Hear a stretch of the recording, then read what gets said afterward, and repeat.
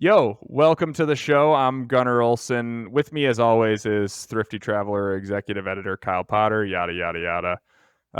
But today, we are pleased to be joined by our chief flight deal analyst, the head of Thrifty Traveler Premium. His parents named him Jonathan Nonstop, but we call him Jonny Nonny. It's Jon Shallbetter. Jon, welcome to the show, man. Hey, thanks for having me. Appreciate that warm welcome. I'm not sure if my parents actually named me that, but we'll run with it. So thanks, Gunnar and Kyle. Thanks for having me. You could, however, legally change your name to Jonathan Nonstop. It's been thought about many times, so that's up in the air. Yes.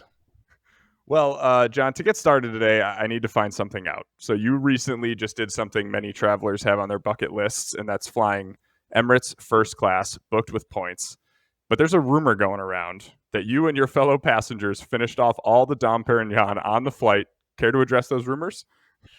I would like to address those rumors. Thank you for bringing that up. It is true. We were informed a few hours into the flight that Dom Perignon is no longer available. Just hang on. Let's not a few hours before landing. A few hours into the flight, you cached the entire supply of top shelf champagne. Yes, you're correct. A few hours after departure was when the warning was issued. But yeah, it was a lot of excited people in the first class cabin. The Dom Perignon went very quickly, but we were surprised with the vintage 2004 bottle to end the champagne campaign.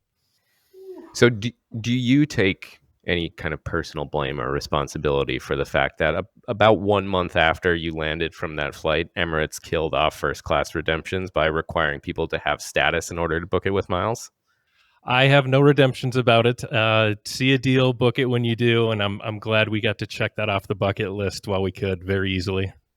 So other than the Dom, which went quickly, and I don't know, maybe they didn't run out. Maybe that was just a warning shot at you guys. But other than that, what was the experience of Emirates first class like? Yeah, I'm not sure if it was a false warning or what, but the experience was great. I mean, from boarding to getting into our seats, I mean, the flight attendants were right at us right when we started. What do you want to drink? What do you want to eat? Welcome aboard. It was just great. The seats were phenomenal, huge TVs, everything else, just amenities everywhere you look in Emirates first class. So the experience was incredible. After the 4-hour warning of no more Dom Perignon, we decided to go to the back and investigate some different beverages at the bar. So we met a nice couple from Philadelphia who had studied the menu before the flight, and they had priced out every single item in the menu. So it was pretty interesting. They said, no, let's get this. Let's get this. This is $400. This is $500. So, despite the champagne being depleted, we still had a nice time at the bar. And then I'm kind of like more of a beer and a burger guy. But when you're on an Emirates flight, I think you need to get champagne and caviar, which wasn't quite sure what I was eating, but it was delicious, I think.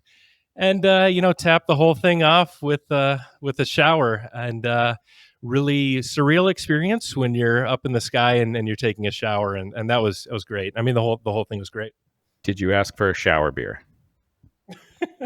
Has anybody ever asked for a shower beer? We have an opportunity here to perform some real science. It crossed my mind, but I think I just wanted to get in the shower and go for it. So the beverages did not join me for the beer shower. I would have just loved to see the flight attendant's face when you ordered that first Coors Light to see what they would say to you after that. Jon, tell us about how you booked it. Yeah. So my wife and I had never been to Italy, and sometimes you just let the flight deal guide you. So I think last summer there was a premium alert that went out from Unicorn deal, fly Emirates first class to and from Milan. We ended up booking it through Qantas. I transferred miles from Capital One to Qantas, 108,000 miles per person each way, but there was a bonus, so we booked it for 90,000 Capital One Capital One Venture points. And we joked before about that you may have killed off Emirates mileage redemptions for first class, which I stand by. Might be possible. I don't think we can rule it out on this podcast, but the way that you outlined still, at least as we're talking right now, as we're recording, is still possible. So No guarantees about how long the Dom lasts. It depends on if Jon makes his way back on your flight, I think, and his friends from Philadelphia and his wife. But as long as they don't make it back on that flight, you should have a couple of hours of Dom Perignon on your flight and be able to book that through Qantas by transferring Capital One or Amex points. Yeah, absolutely. Great point there, Kyle. Probably no worries about the champagne situation for most passengers either. That's awesome. It sounds like a great trip. All right, today on the show, we're going to talk more to Jon Shallbetter about his career in flight deals, some of his favorite deals of all time, maybe his worst travel mistake, and all things Thrifty Traveler Premium Flight Deal Alerts. Welcome back to the Thrifty Traveler Podcast.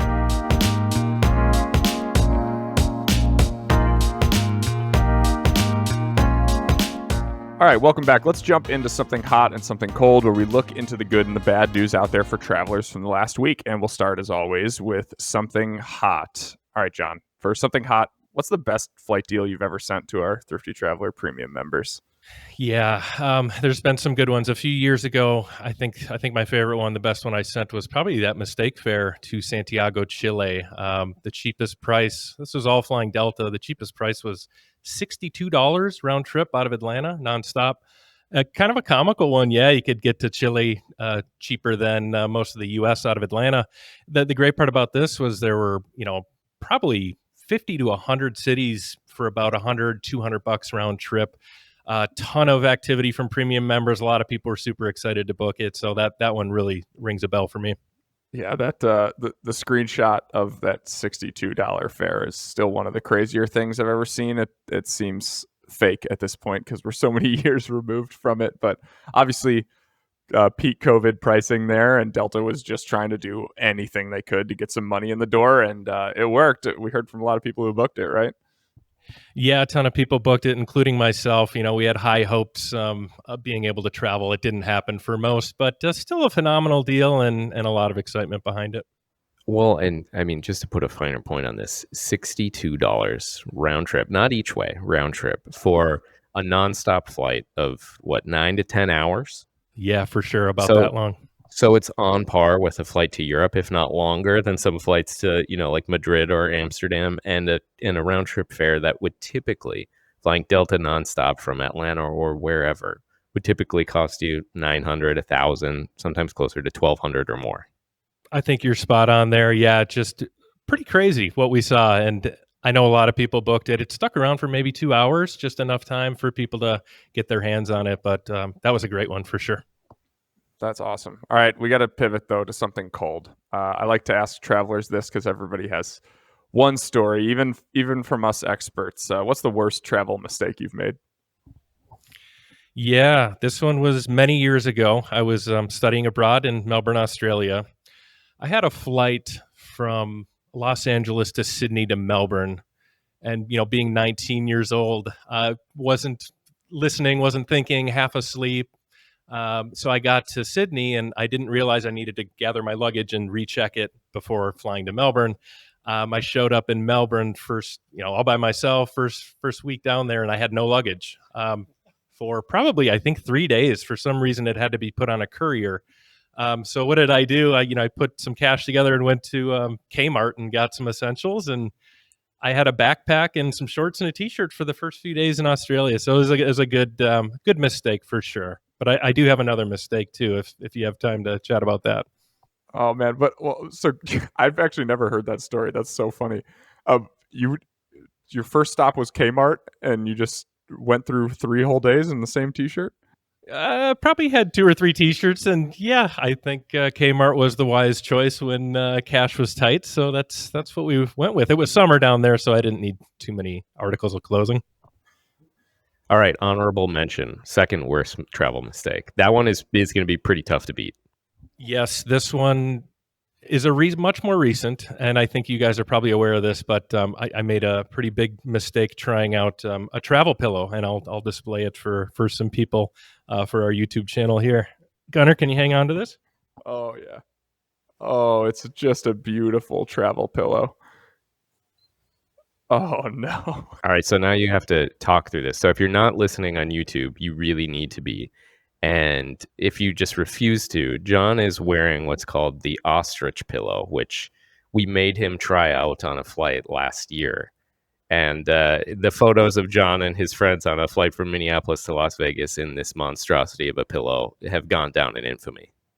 So I think I can actually talk through this maybe.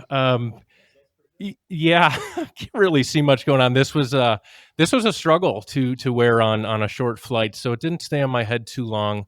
But yeah, the ostrich pillow didn't make it too far. I feel like for those Star Wars fans out there, I feel like Admiral Ackbar in this. That's a trap, and I kind of just feel like a Star Wars character. So this was the only time I wore this, and this was a secondary major travel mistake for me. It's a beautiful, beautiful mistake. I love, especially again for our YouTube audience, the armholes on the top where you can put your hands in so you could sleep at your desk, I think is the idea. That's how everybody sleeps, I think, is with their hands on top of their scalp. Yeah. That's how Jon sleeps. Yeah, normally they did leave the essentials there, so you can have a beverage if you want to get some Dom Perignon in here. You can have a beverage. I do not think that pillow is allowed in Emirates first class. I think you'd get a shower beer before you get that pillow on. I think you're right. I've wanted to wear this into like a Delta Sky Club just to see how they react when I enter, but I haven't done that yet. Up in the air still. Next time. That's perfect. Well, Jon, we're going to let you extract yourself from that pillow, and we'll be right back. We've said it before, but I'm going to say it again. If you want flight deals, Thrifty Traveler Premium is sending the best flight deals in the world, and it's all thanks to the guy we're talking with on this week's show, Jon Shallbetter. We send out more flight deals, cheap flights, cheap domestic flights, mistake fares, business class and first class award availability, bookable with your transferable credit card points every single day. Gunnar, will you pick out 2 deals we sent to premium members in the last week or so and let us know which one stood out to you? Yeah, I think Q Suites always jumps off the page or jumps out of the inbox, I guess, in this case. But we sent this Q Suites deal very recently, Maldives, Doha, and Southeast Asia from 73,000 points each way. That includes, if you want to go to the Maldives, first-class connections, which is pretty amazing, obviously, for a few more points there. But anytime we can get people in Q Suites, it's always a joy. We love searching for those and finding those for our members. We also sent one of our patented nerd alerts, which I know gets Jon and the team fired up, but we sent one from Chicago to Tokyo in JAL business class, Japan Airlines business class, for 60,000 miles each way. It was a nerd alert because the return availability wasn't quite there, but we wanted to make sure we got all that availability in front of our members anyway. And if you could find your way back from Tokyo, which is not terribly hard to do, that's a pretty amazing deal as well. If you want deals like that and many, many more, sign up today at thriftytraveler.com/premium. As a special treat, our podcast listeners can use the promo code TTPOD for $20 off the first year of flight deal alerts. That's thriftytraveler.com/premium. Use the promo code TTPOD, 5 letters, all one word, for $20 off your first year. Back to the show. All right, we're back, and it's time for the extra mile, where we dig a little deeper into a topic, a travel topic, and in this case, we have the best topic of all. We're interviewing Jon about what is now a career in travel. So, Jon, take us back to the beginning. How did you get into travel at all? Yeah, good question. I guess this story piggybacks off one of the mistakes I had.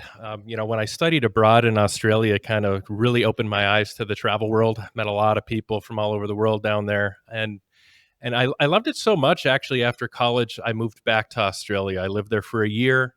I worked down there for a bit and just had a great time and decided, let's keep travel going. So I went to Southeast Asia for 2 months, threw a backpack on my back and saw several countries. And that was kind of the moment where I was like, I need to do this the rest of my life. This needs to be a fixture in my life. No matter what I'm doing for a job, I need to keep traveling. So that's kind of what all started it back there. I think a lot of people have that aha moment with travel, whether it's Southeast Asia or Japan, but just in that region of the world, it just sets off something. It changes something in the way that you view the world and what you care about. I'm not sure that I can really describe it, but it sounds like that's kind of the experience you had with like kind of a formative experience traveling around Australia and then Southeast Asia. Yeah, I think you're right. I agree with an aha moment. I think definitely in particularly Southeast Asia, you just realize what you can do for so little in cash, what you can see, what you can eat. It's just that region to me really speaks to me. I know you like it as well, Kyle. Like Vietnam and Cambodia in particular for me were incredible places. I think the people in Southeast Asia are tremendously welcoming as well too. So that's kind of one of the things where I was on that trip and I figured I need to keep doing this, whether it's just for fun or somehow it turns into a career. Yeah, that's awesome. So, like you said, it is now a career. It wasn't always, though. Tell us how you got to make travel your career and how you joined Thrifty Traveler. Yeah, maybe I don't know, 10 years ago, I just saw Thrifty Traveler started to poke up on Facebook, and I got really attracted by some stuff that I saw on there. So I became a member when I could, and I started pretty much annoying Jared with messages. I would send him emails and say, "Hey, I love this deal, but have you seen this? Hey, Jared, this is cool, but have you seen this hot deal here?" And my continued pestering of him turned into a part-time job. So I would help him out on the weekends, just writing premium emails and finding deals. And then, a couple of years later, it turned into a full-time job offer, which was great. It's kind of a dream come true. That's such a good origin story. I love you're just annoying the founder of the company enough that he decided to hire you. So he went from having you as free labor to now paying you. So terrible job, terrible deal, Jared. Honestly, but that's a shockingly common thread behind those of us who started at TT, 7-8 years ago, is that we basically just bugged the crap out of them until they paid us a little bit of money and then a lot more money after that to work full time. It's if you're listening right now, you clearly know what works if you want to work for us. Yeah, just spam Jared's email inbox and you might get a job out of it someday. So John, I think what makes you kind of uniquely good at this and finding flight deals for people and kind of how, our bread and butter, which is still cheap flights, is that you're just better at Google Flights than everybody else. Well, when did you realize that you were better at Google Flights than everybody else? Yeah, I wouldn't say better. I would maybe say more obsessed. And probably about the same time, maybe 10 years ago, I think it turned into me just realizing how much time of my day I would spend on Google Flights. My wife would, "What are you doing at dinner?" "I'm on Google Flights." "What are you doing before bed?" "I'm on Google Flights." So I think anyone can be good at Google Flights once you start to understand it. But the obsession, for 8 hours a day turned into something a little different for me, I suppose. And we're all better off for it, man. You've taught me almost everything I know about Google Flights, and obviously everybody on the premium team is now super experts at it as well. But obviously we started mostly doing cheap flights at Thrifty Traveler Premium, and then over the past kind of 5 years or so, we've expanded it in huge ways. So we've added lots of points and miles stuff and lots of business class, and now even hotels onto the service. So what has it been like to kind of broaden the service over time?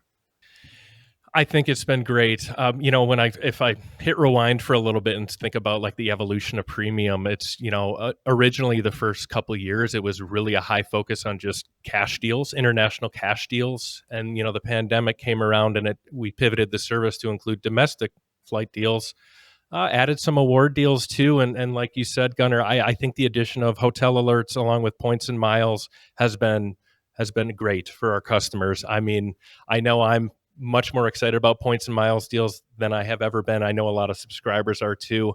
I guess the point of premium is to reach any customer, whether they're want a $100 flight to the Caribbean or they have 5 million miles and they want to stay at fancy hotels and fly fancy aircraft.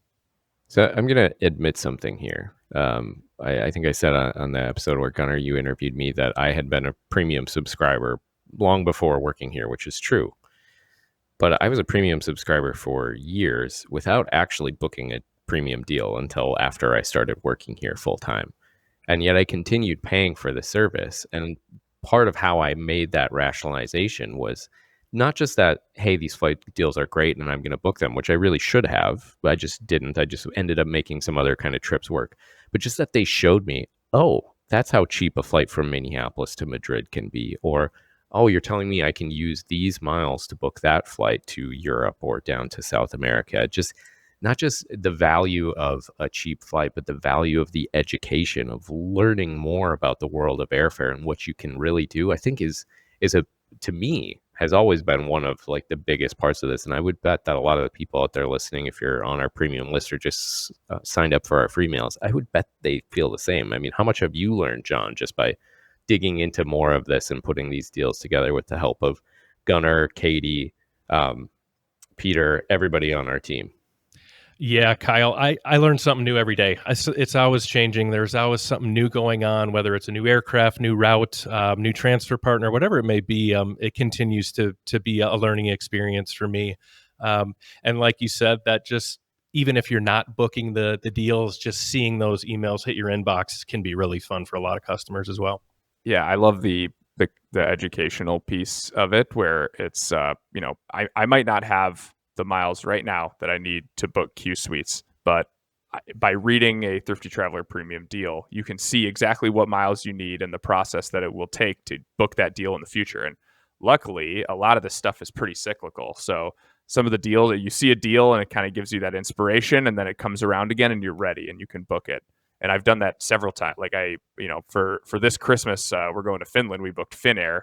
The first time we sent a deal, I was not ready. And then the idea came into my head because of the first deal. And then the next time it came around, I was able to secure it. So that's kind of the piece that I love the most. And a lot of people we hear from also just love it because it does just give them ideas of new places to go and different trips they can take. And obviously we try and heavily personalize all of these deals. So John, I guess for people out there who don't necessarily know, what makes Thrifty Traveler Premium different?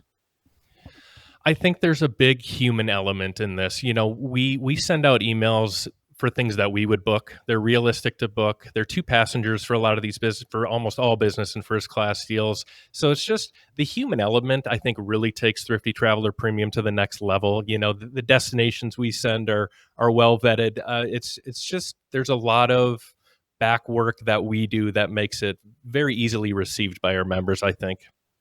Yeah, I think we talked about it on a recent episode as well, but we call him St. Peter for this. But Peter Thornton spends so much time on hold with airlines, making sure that award space is actually there, making sure that these things are bookable. We'll book them ourselves and then cancel within our 24-hour window just to make sure that we can actually, ticket these seats and make sure we're not sending people to phantom space or deals that don't exist or things that are too difficult to book. But I think just the fact that we have Peter Thornton and Katie Rollins specifically going into every single minute detail of every single deal.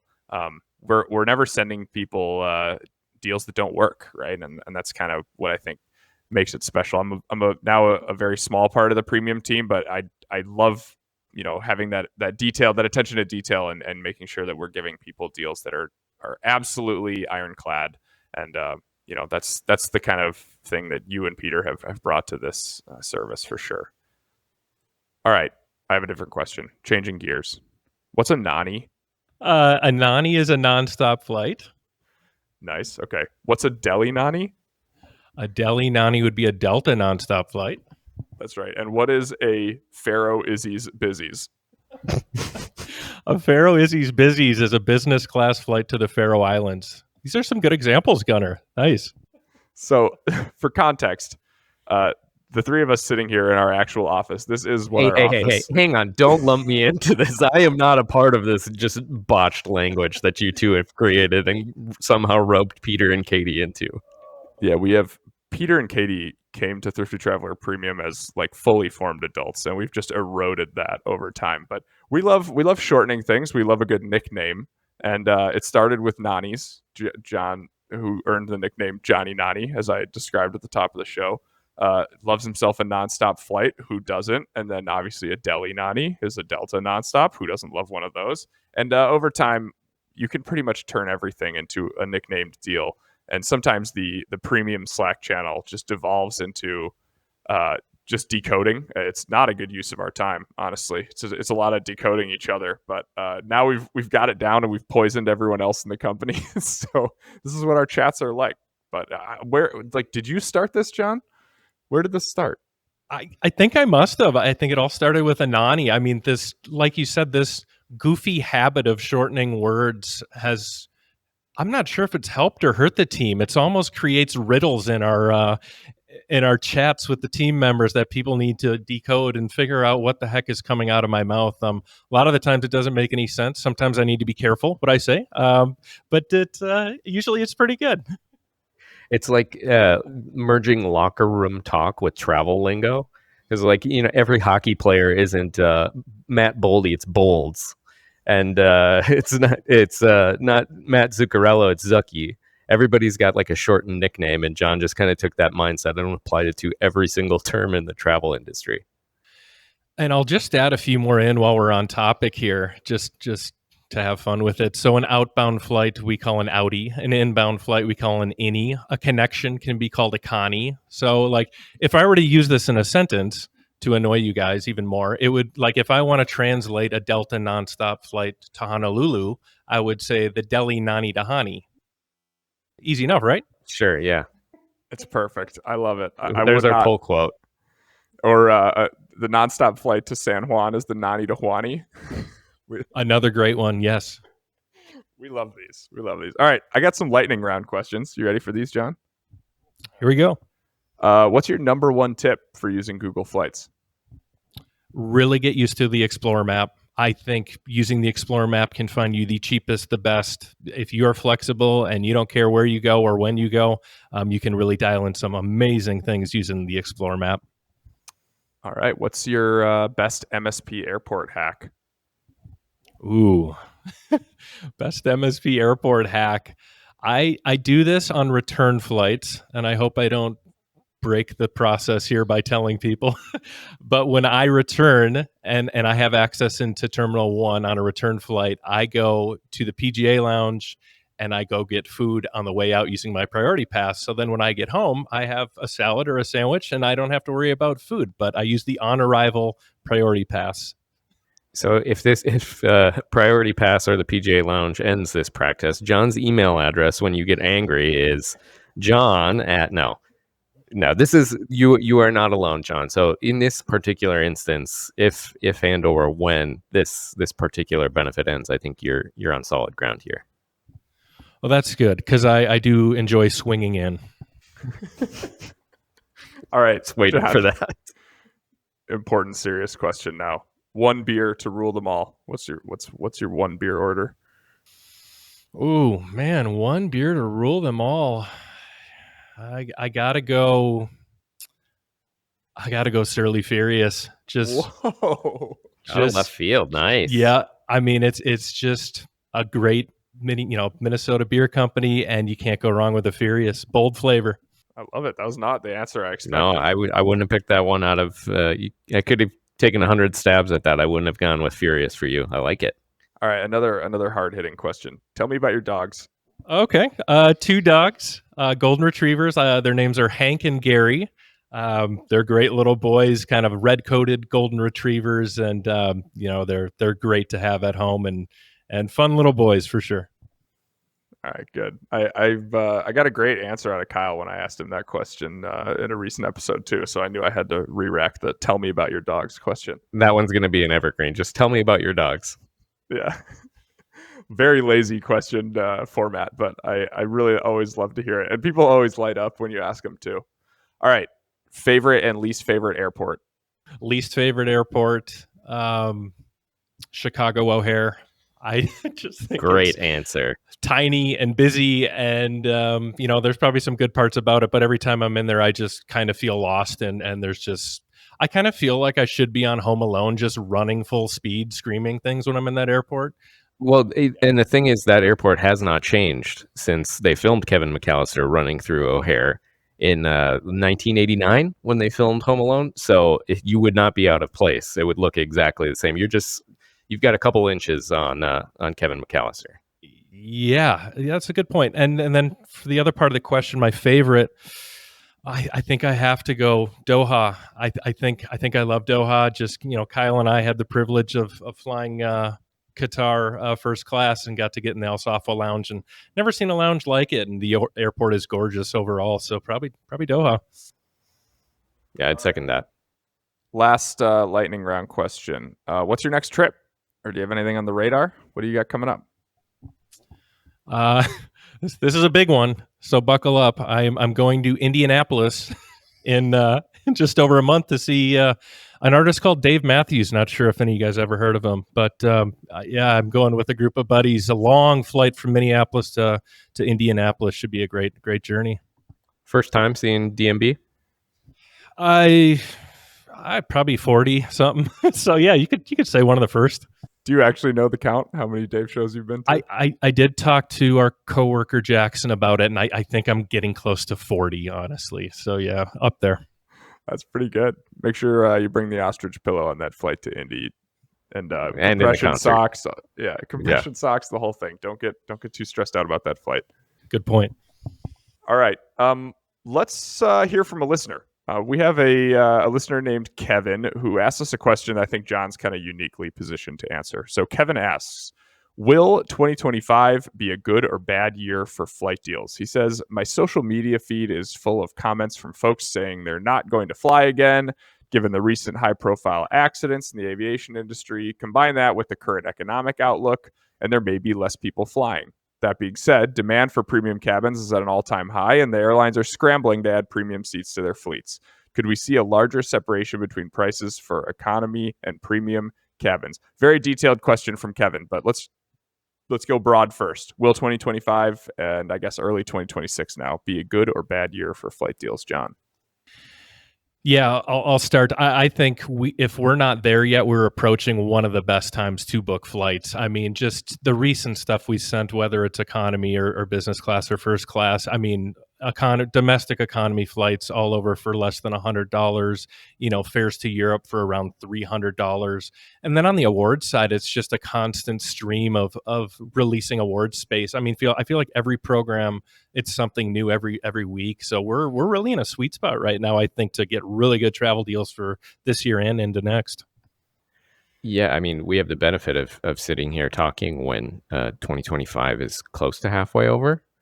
And if the rest of the year looks like that, I think, yeah, John is right. This is going to be one of the best years of booking flights that we've seen. Certainly, I would say since pre-pandemic, considering, some of the 2020 flight deals that we saw, a lot of people couldn't actually take those trips. This one, people are actually going, travel is back to 100% and then some. And then on the award side, I mean, to be able to say that we found 6 or 7 Qantas business class deals and a Qantas first class deal within the last month or so, something that we hadn't seen in several years, I think says something about how the entire kind of airfare environment has shifted just within the last 4 or 5 months. Yeah, I think you guys nailed it. The only thing I would add is just a bit of a sense of urgency to everybody out there. The getting is really good right now. But we saw, starting in the fall and into next year, the airlines are kind of right-sizing their capacity. They're cutting flights so that they can charge the prices that they actually want to charge. The airlines do not want to fly you to Europe for $300. That's what we want for you, and I promise we'll find it when they do. But they want to charge you way, way more than that, and I think they think they're starting to turn the corner on right-sizing their operations so that they can charge much, much higher prices again. And, your points aren't getting any more valuable sitting in your account. We've seen pretty much every single program raise rates. So I would say use those points and miles right now, book those flights you want for the next year, because I would say time is of the essence. I would say book by this summer to get some of the best rates out there. If you want us to answer your question, email us at podcast@thriftytraveler.com, and your question might be featured in next week's show. All right. I get to put you guys in the spot. You ready? Ready. Let's go. People listening to this may or may not know that Jon and Kyle are both my bosses. I report directly to both of them. So let's get it all out there. How is it to have me as an employee? Oh, you're the worst. Not as an employee. You're a great employee. You're the worst for asking us to answer this on air. Yeah, that's a tough question. I mean, I'll be honest. I love working with you. I think you're kind of a Swiss Army knife. You're excel at content. This podcast is great with you and Kyle. You are involved with the premium team more than you think, and it's a great asset to Thrifty Traveler. Yeah, I think Swiss Army knife is a great way of putting it. So Gunnar kind of serves a dual role on the team, which not a lot of companies our size do. Gunnar's got like one foot in premium, finding and sending flight deals and helping Jon and the rest of the team proof deals and get them out the door and into people's inboxes. And then, writing stories for our website, doing this podcast now, which we've been doing for a couple of months now. And having those two things, I think, gives you just like the awesome perspective of being able to look at what's happening on the flight deal side and translate it into a podcast and talk about it in like a sensical way, which not a lot of people can do, and kind of tease out those trends and say, you know what, we've sent a lot of lie flat deals to Australia lately. We should probably be talking about this. And everybody else in the room is like, thank you, Gunnar. No, none of us would have drawn that connection had you not brought it up. So it's honestly, it's a treat. I'll get back to insulting you in a future podcast, but for now, we'll end it on a high note. And I think the other good part is you like my shortened words a lot more than Kyle, so you're easier to work with my jargon. Appreciate that. That's true. Unintelligible our conversations in the office most of the time. That's not how I thought that on the spot would go. I honestly thought you guys would rip me apart a little more, but I'm just going to go ahead and play this segment at my next performance review. So this works out just great for me. Thank you, everybody, for listening to the Thrifty Traveler podcast. If you would please rate us 5 stars on your podcast platform of choice, we'd much appreciate it. Like and subscribe to Thrifty Traveler on YouTube so you can see John wearing the ostrich pillow in today's episode. Also, send this episode to someone you know who needs a vacation. We want to help them get there. If you have feedback for us, just send me a note at podcast@thriftytraveler.com. We would love to hear from you. Kyle, tell us about the Thrifty Traveler podcast team. This episode was produced by our senior editor, Jackson Newman, and begrudgingly my favorite employee, Gunnar Olson. It was edited by David Strutt. Our theme music is by Benjamin Tissot. See you later, guys. See you guys.